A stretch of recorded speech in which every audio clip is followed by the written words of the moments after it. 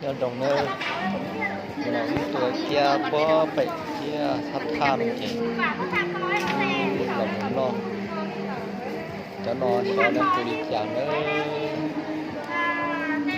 thì lại mua thăm của phương thì xin nó chỉ làm thiết là chị nó nói này tại nó rồi nó chỉ kia nữa tọt buồn nó thắt tọt lỏng tọt đấy một tàu nó ba xe này tàu nó lại nữa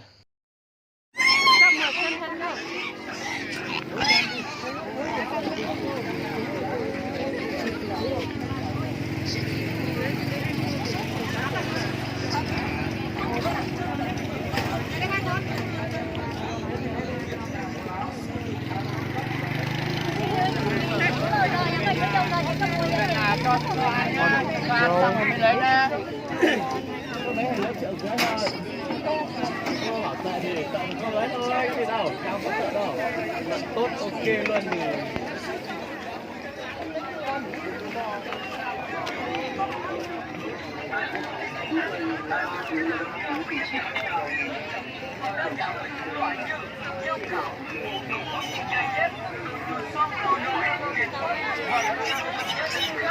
thì đặc biệt ở đây là tất cả các sản phẩm đều được bán với giá cực sốc. Đồng giá 90.000 đồng, giá sốc chỉ 10.000 đồng một sản phẩm. ở đâu à? Chỉ 10.000 đồng một sản phẩm chỉ có 10.000 đồng. Tất cả đều đồng giá 10.000 đồng, món nào cũng 10.000 đồng, 10.000 đồng một món. Cô chú anh chị nửa trên nửa dưới cũng chỉ có 10.000 đồng một sản phẩm. 5 cái muỗng cà phê bàn tay màu sắc xinh xắn chỉ có 10.000 đồng. 5 dao cà râu chỉ có 10.000. 5 cuộn chỉ và 12 cây kim giá cũng chỉ có 10.000 đồng. 4 cuộn băng keo điện giá cũng chỉ có 10.000 đồng. Một bộ tạo kiểu tóc 5 món giá cũng chỉ có 10.000 đồng. 10 cái nĩa inox giá cũng chỉ có 10.000 đồng. 10 đôi đũa giá cũng chỉ có 10.000 đồng thôi cô chú anh chị ơi. 6 cái bút thiên long giá cũng chỉ có 10.000 đồng. Một cây dao vào củ quả đa năng cũng chỉ có 10.000 đồng. 2 cây cọ sơn giá cũng chỉ có 10.000 đồng. Ngoài ra còn rất nhiều các sản phẩm khác nữa. Cô chú anh chị hãy nhanh tay bước vào siêu thị mini tự chọn.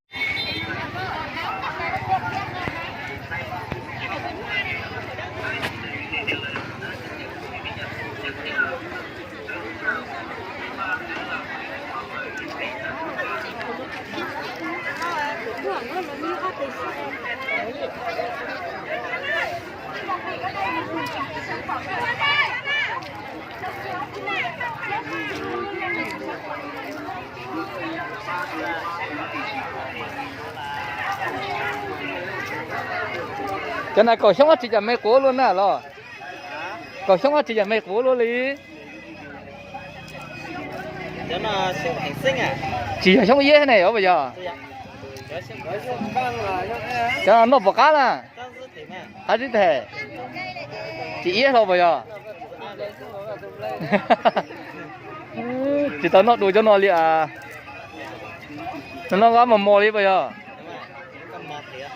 nó chỗ cái mà mò này hả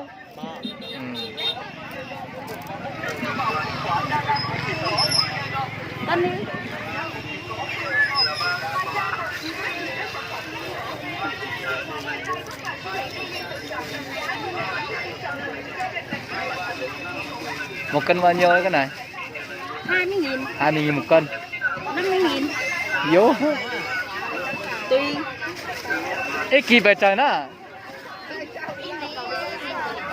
nàng gọt tháng nàng gọt trí bây giờ ở lì á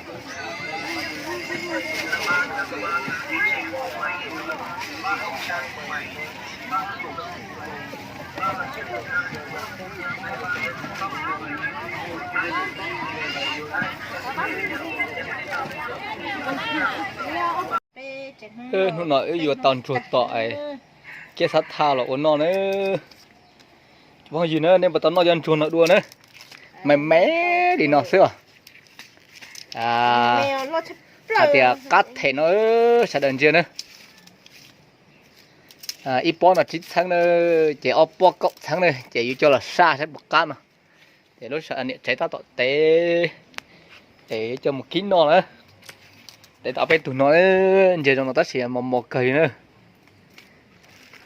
mày luôn chị cho mình nó sẽ à rồi chả nó phóng khỏa chả cá hàng rồi nữa nó cho kim lại tuần gì nhà cũng lại gọ thế nào nữa không phải linh đó nữa lấy sẽ nó chế đá bọt tê cho một nô mò sấy bột cá nữa giờ cá nó là phải sẽ đợi một chút ba giờ nữa mình tàu hàng nữa giờ té tàu lên đó nó té ít kín năng gọi chít tháng rồi nữa cho tàu té này vậy lấy một trò po sĩ po chít tháng thế cộng tháng nữa